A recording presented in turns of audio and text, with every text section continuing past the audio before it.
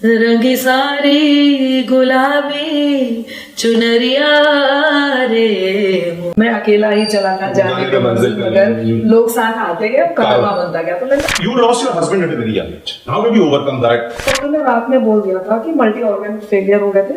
तो उन्होंने मुझे ये तरीका सिखाया था कि जिंदगी रुकती नहीं है। क्या आपने अटेम्प्ट नहीं किया या आपकी जो स्टाइल है वो फिल्मों के लिए सूटेबल नहीं थी? क्या वजह हो सकती है?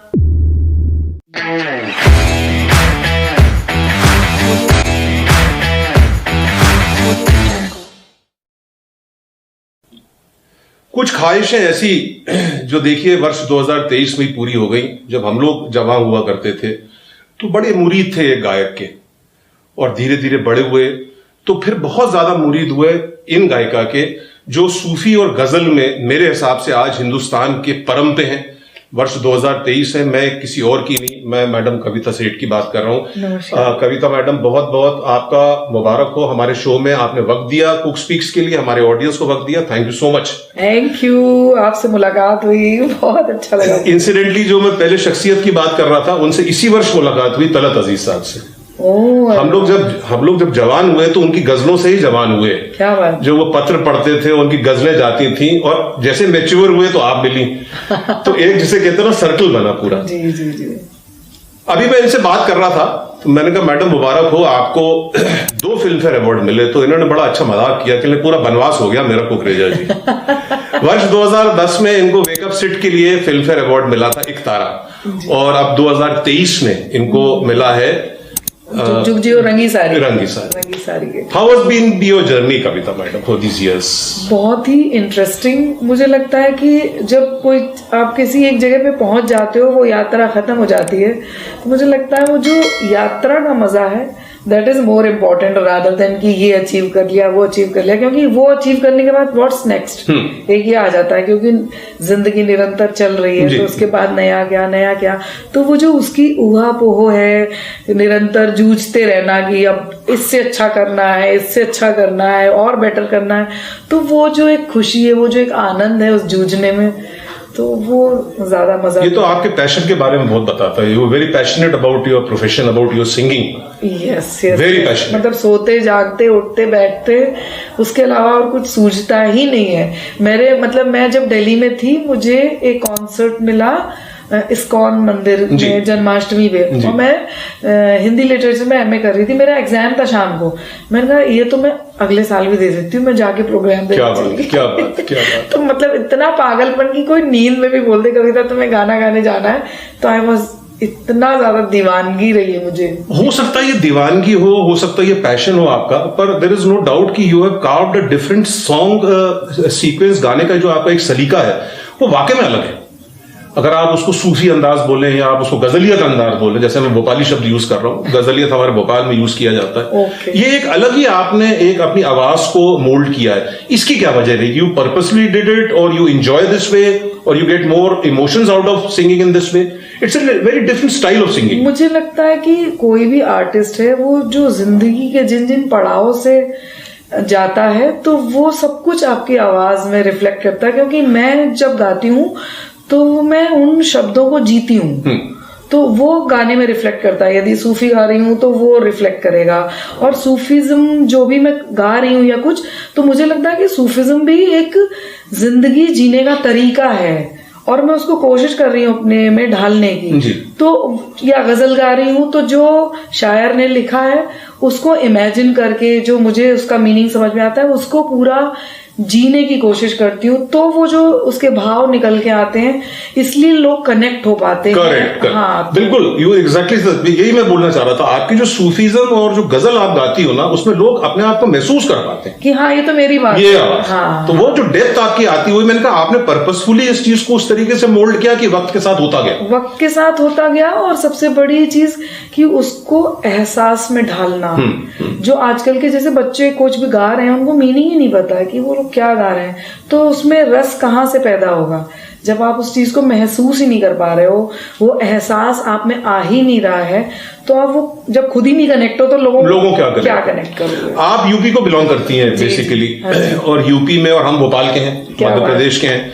तो हम लोग के बचपन से हमने देखा कि हम लोग के यहाँ जैसे आप उसकी बड़ी मुरीद है या उसको बड़ा फॉलो करती हैं या उसको बहुत आप एनकरेज करती हैं, ये छोटी महफिलें जो होती हैं, हाँ। ये जो बैठकें होती हैं जिसमें अपन यार दोस्त सब साथ बैठते हैं, हाँ। और जिनके साथ अपन इंजॉय करते हैं 1-to-1 बेसिस पे, उसकी आप बहुत स्ट्रॉन्ग एडवोकेट हैं, उसके बारे में 2 शब्द। मुझे बहुत, क्योंकि उसी से एक ये कल्चर भी कल्टीवेट होता है और ये चीज बहुत जरूरी है 1:1 जानना। अभी क्या हो गया कि आर्टिस्ट को एक इतना ऊंचा बना देते हैं, ऑडियंस इतनी दूर हो जाती है कि वो कनेक्शन खत्म होता जा रहा है। इसमें कनेक्टिविटी रहती है, हाँ, इसमें कनेक्टिविटी रहती है कि ये स्ट्रॉन्ग छोटा सा एक 50 लोगों का, 100 लोगों का, 200 लोगों का, मैं एकदम आमने सामने बैठ के बात भी कर रही हूँ, जो मेरे को ख्याल आ रहा है मैं उनके साथ शेयर कर रही हूँ, तो जो कनेक्टिविटी है वो बहुत जरूरी है। आपको ऐसा लगता होगा कि आप क्राउड में एक हैं, हाँ, आप बीच में बैठी हुई हैं। बस वो जो मजा आता है ना कि इमीडिएट उनके रिएक्शन समझ में आ रहे हैं, मुझे कुछ एक कोई जुमला याद आया, मैंने शेयर कर दिया तो सब लोग साथ में हंस लिए, तो वो जो आनंद अपनापन आता है उसमें।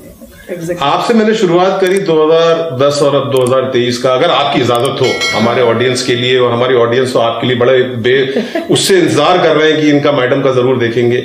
एक लाइन दोनों गाने का गा दीजिए ना। ओके, पहला एक तारा, और जब ये अपन खत्म करेंगे तो रंगी, अच्छा, मजा आ जाएगा। एक लाइन जरूर।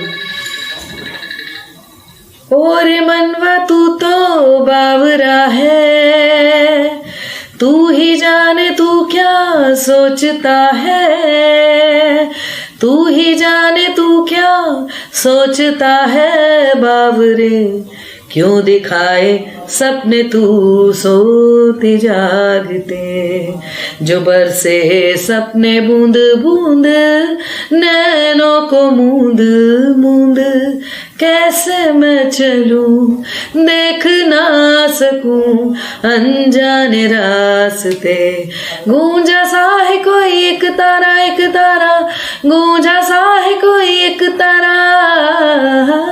क्या बात है, क्या बात। Thank you so much. बनवास के बारे में खुलासा करके बुरा लगा आपको? दिल से बताइए। नहीं बिल्कुल नहीं। आपने इस बीच में बहुत अच्छे गाने भी गाए, जी। आपकी एल्बम्स ही बहुत अच्छी आई, लेकिन आपको recognisation in terms of award नहीं मिला। हाँ। क्या दिल से बताइए, बुरा लगा? बिल्कुल भी नहीं। बनवास मजाक था? बिल्कुल मजाक ही था, बल्कि वो बातों में ये चीज निकली कि वो बनवास था, बट ऐसा कुछ नहीं। मैं कंटिन्यू काम कर रही हूँ, बल्कि ये जो अवार्ड्स मिलते हैं तो उससे एक और आपके कंधों पे एक रिस्पॉन्सिबिलिटी आ जाती है, टू परफॉर्म बेटर, कि अभी लोगों ने आप यहाँ थे, अब आपको यहाँ देख रहे हैं, नाउ आपको और बड़ा कुछ, मतलब बड़ा इन द सेंस और अच्छा करना और बेहतर करना है। आप जितना एक्सपर्टीज उन चीजों में डाल सकते हो वो करना है। बिल्कुल सही बोला आपने, रिस्पॉन्सिबिलिटीज बढ़ जाती हैं। मैंने जैसे बताया था आपको, मेरा एक सौभाग्य रहा, आपके दोनों बेटों के साथ मैंने टॉक शो किया कुक स्पीक्स में, कविश के साथ भी किया, और कविश तो उस टाइम पे नूरी को लॉन्च कर रहा था। हाँ। और कनिष्क के साथ मेरा 2 बार रहा, रायपुर में रहा, आपके साथ पहली बार है।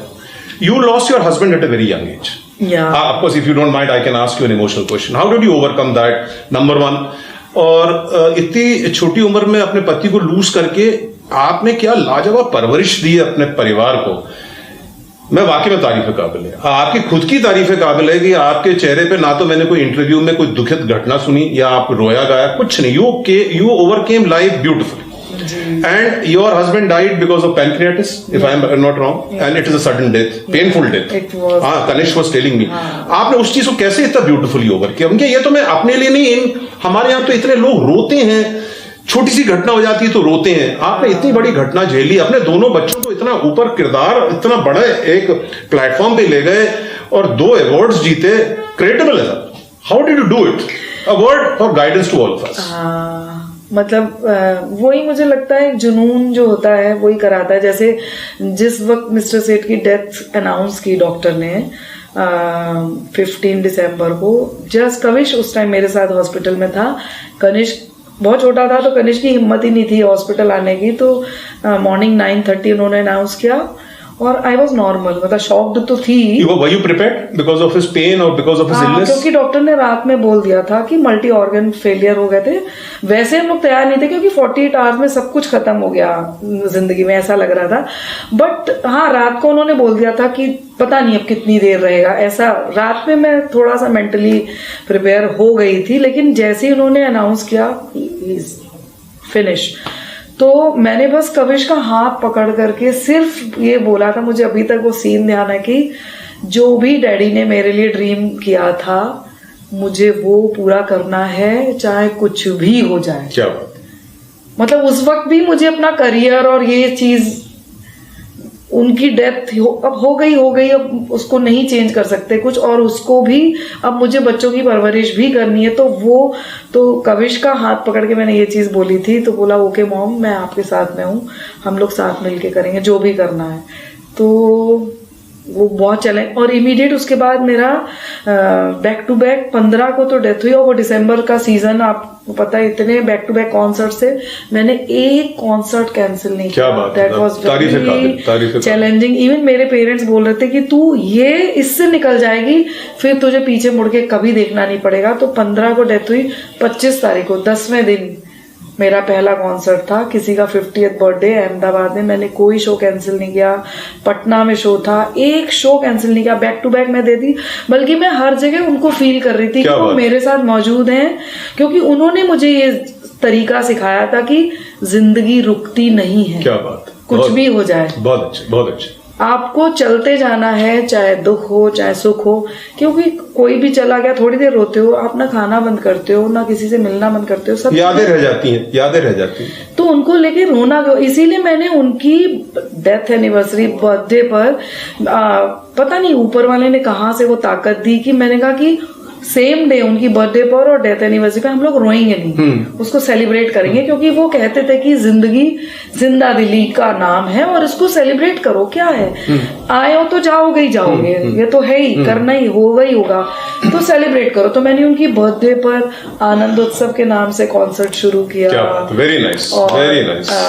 आनंदोत्सव सेलिब्रेशन ऑफ लाइफ, और निर्वाणा उनकी डेथ एनिवर्सरी पर कि मोक्ष ऑफ लाइफ। बहुत खूबसूरत, बहुत तो ये मैं करती हूँ।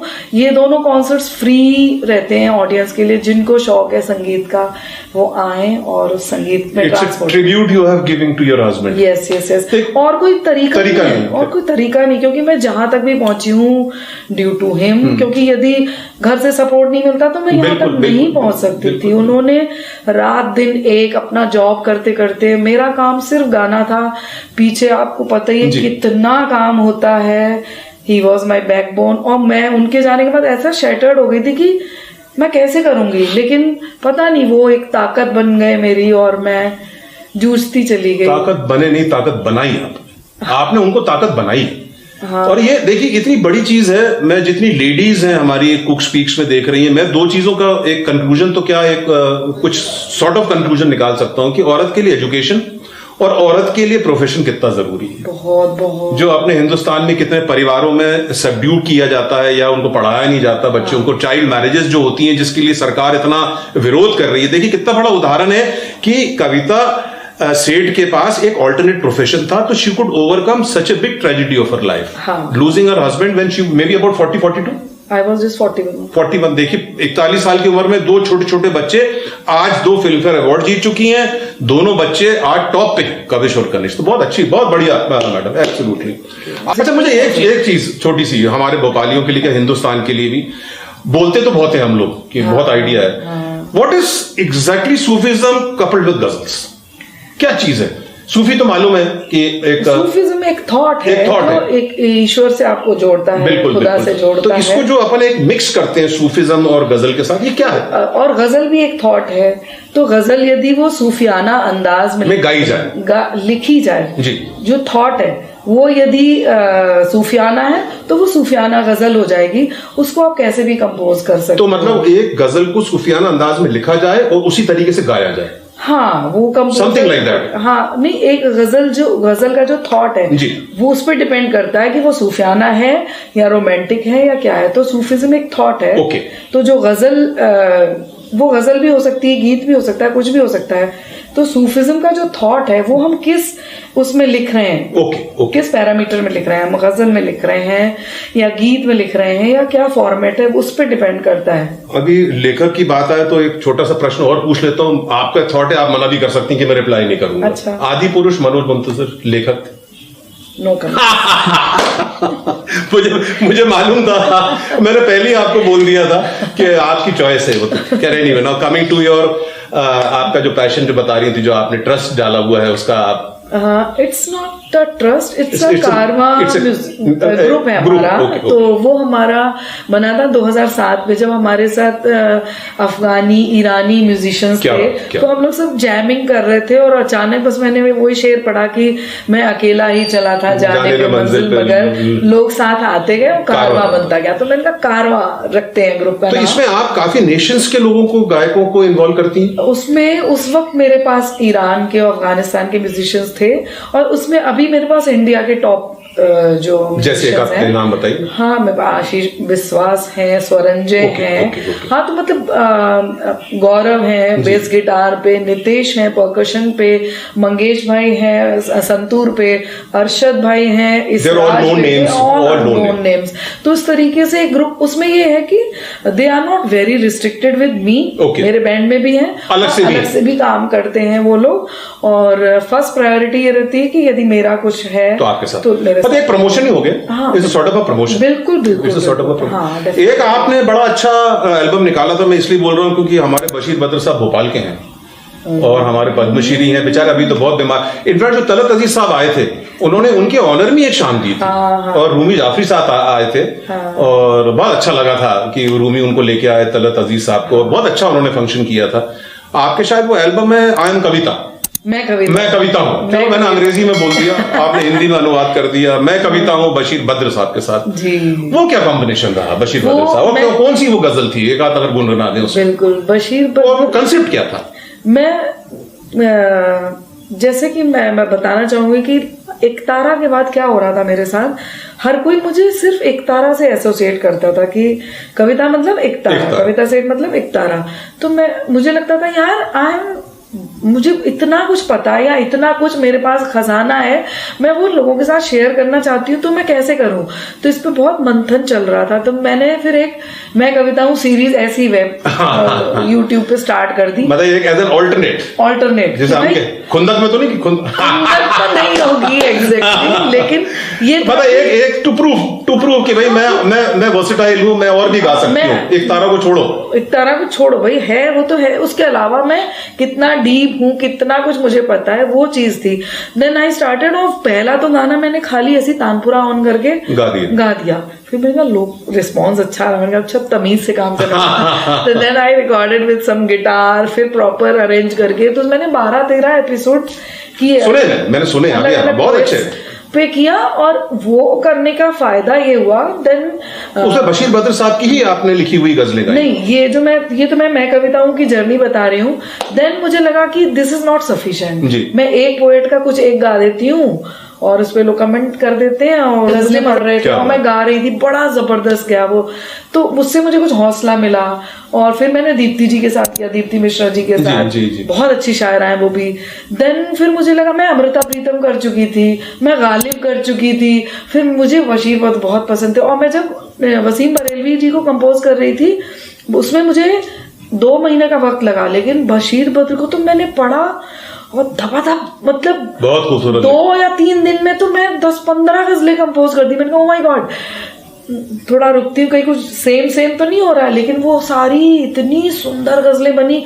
देन आई थॉट कि नहीं, मुझे गजल मैं कविता हूँ फिर बशीर बद्र साहब करना है। मैं बल्कि उस बीच में भोपाल भी आई, मिले आप बशीर बद्र साहब से? बशीर बद्र साहब से मिले, आंटी से परमिशन ली। मेरा मन था कि मैं वो कॉन्सर्ट यहीं करूं, बट किसी वजह से नहीं हो पाया। और उस टाइम, उसके थोड़े दिन में ही कोविड शुरू हो गया था। मैंने वो जस्ट बॉम्बे में ही वो फंक्शन किया और फिर उसके बाद मैंने प्रॉपर रिकॉर्ड करके सारी गजलें रिकॉर्ड की और लोगों ने बहुत अप्रिशिएट। बशीर बद्र साहब की गजलें बहुत साधारण भाषा में लिखते हैं, एवरीवन कैन अंडरस्टैंड। हाँ, चलते फिरते आपको ऐसा लगेगा कि मेरी बिल्कुल जैसे मैं ही बोल रहा हूँ, बहुत सिंपल सादा।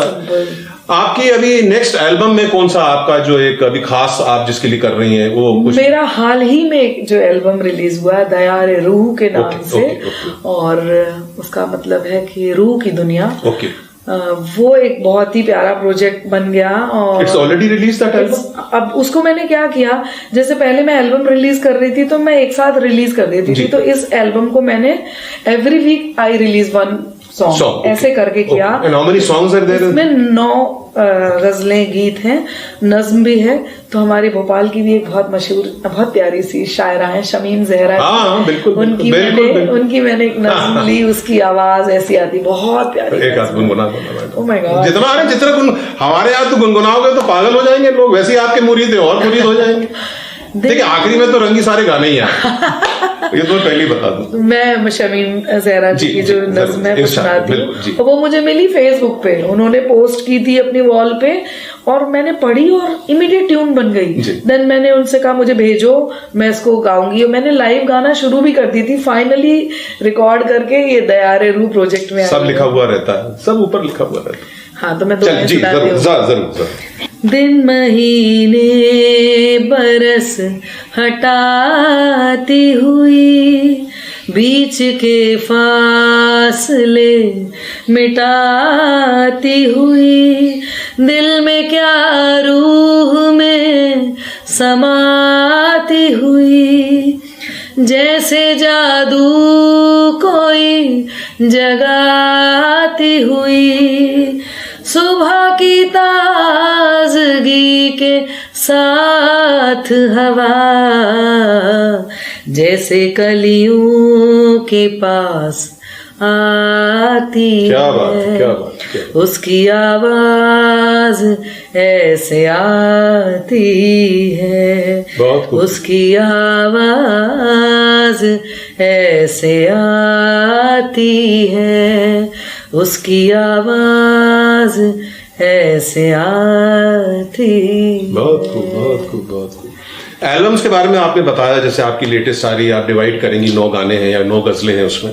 फिल्मों के कोई ऑफर जो आपके कोई अच्छे अट्रैक्टिव या जिसको आप यू आर लुकिंग फॉरवर्ड, जिसे कहते हैं ना कि yes this is a film I have signed? बहुत सारी फिल्मों के लिए गाने रिकॉर्ड कर चुकी हूँ, जो धीरे धीरे बताइए नाम तो नाम नहीं बता। अच्छा okay, no problem, no problem. जैसे ठीक है, ये जरूर है कि हम आपको सुनेंगे अभी फिल्मों में, जरूर। इतने लंबा कैरियर में 2005 से भी आपको देखता हूँ, आपने शुरुआत करी सतीश कौशिक साहब की, आप एक देन है जहां तक मेरे को समझ में आता है। और आज 2023 18 वर्ष हो गए अपने को। 18 वर्ष में आपने ज्यादा फिल्मों में गाया नहीं? मैंने भी कल ही मैं कुछ काम करी तो देखा मैंने हार्डली फिल्मों के 27 गाने। बिल्कुल, अगर अपन 18 साल का भी कैरियर देखें तो 27 गाने कुछ भी नहीं। क्या आपने अटेम्प्ट नहीं किया या आपकी जो स्टाइल है वो फिल्मों के लिए सूटेबल नहीं थी? क्या वजह हो सकती है? मुझे लगता है स्टाइल वाली बात तो नहीं है, बट मैंने जो भी गाया है वो सिक्सर रहा है। तो मुझे उस बात का फक्र है कि मैंने भले ही 10 गाने गाए या 8 गाने गाए, लेकिन वो सब टॉप चार्ट्स में रहे। तो मुझे उस बात की खुशी है। मुझे कभी भी ये उसमें विश्वास नहीं था कि मैं क्वांटिटी में काम करूं। हमेशा मैं विश्वास करती थी कि क्वालिटी काम। मैंने एक तारा गाया, वो 14 साल के बाद भी अभी भी बिल्कुल रेडियो में पूरा साल बजता है, और स्पेशली बारिश के दिनों में। चाहे तुम ही हो बंधु गाया, वो भी मैंने 2010 में रिलीज हुआ था, तो वो भी 13 साल हो गए। मैंने जीते हैं चल गाया, तो वो पूरा कोविड टाइम में मोटिवेशनल सॉन्ग रहा। रंगी सारी टॉप चार्ट्स में, मतलब अभी भी है रंगी सारी तो ब्यूटी। तो जो मुझे लगता है अच्छी चीजें कमी बनती हैं और वो सेलेक्टिव होती। कोई ऐसा खास गिला नहीं कि मैं फिल्मों में नहीं गा पाई, जैसे बड़े लोगों को रहता है ना प्लेबैक, अरे यार मैं फिल्मों में नहीं गा पाई। फिल्मों में ऐसा लगता है कि लोगों के हम नजदीक पहुंच गए, ज्यादा अप्रोचेबिलिटी रहती है। जरूर मानती हूँ कि उसके वजह से आप मासेस तक पहुंचते हो, तो वो एक जरिया है मासेस तक पहुंचने का। लेकिन वो मासेस फिर मेरी इंडिपेंडेंट चीजें भी सुनते हैं, नॉन फिल्मी चीजें सुनते हैं कि मैं हूं क्या एक्चुअली में। तो वो एक बहुत बड़ी चीज है मेरे लिए। तो आई एम हैप्पी। मुझे बस वक्त ही नहीं है चीजें, मतलब मुझे लगता है मुझे इतना काम करना है और मेरे पास समय कम है, क्योंकि मेरे पास इंडिपेंडेंट चीजें बहुत है करने को, कि ये प्रोजेक्ट वो प्रोजेक्ट, इसको कैसे खत्म करूं वो कैसे खत्म करूं। एंड आई एम मतलब दोनों हाथ भरे हैं ईश्वर की कृपा से। नहीं बिल्कुल, आपसे तो मैं ही इंस्पायर हो गया कि जिस तरीके से आप अपने आप को मसरूफ रखती हैं या बिजी रखती हैं। देखिए कितनी बड़ी चीज है अपने आप को मसरूफ रखना, अपने आप को बिजी रखना। ये जो शैतान आइटम है इसको शांत रखना, और ये तभी शांत रहेगा जब कहीं उसको यूटिलाइज करोगे। तो वो तो आपने बहुत बाखूबी कर दिया। मैं कविता जी बिल्कुल अब एंड में आ गया हूँ, और मेरा जो आपके साथ एक वादा था, बस मेरे को रंगी सारी से समाप्त कर दी। ओके, जरूर सुनाती हूँ। रंगी सारी गुलाबी चुनरिया रे, मोहे मारे नजरिया सवरिया रे, मोहे मारे नजरिया सवरिया रे, रंगी सारी है रंगी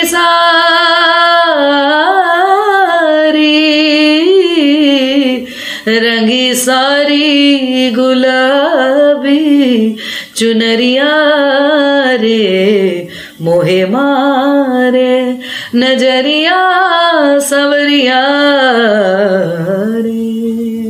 क्या बात है, thank you so much Kavita ji, बहुत बहुत शुक्रिया, बहुत बहुत शुक्रिया। मुझे उम्मीद है आप सबको अच्छा लगेगा, और again a special thanks to you. Hi, hope you liked this episode of Cook Speaks. Our sincere effort to get such masters again and again, different fields, maybe it's sports, art, culture, music, theatre, any field, the masters should be there on Cook Speaks. We require your help to go more wider on a larger canvas. Subscribe to our channel, press the bell icon.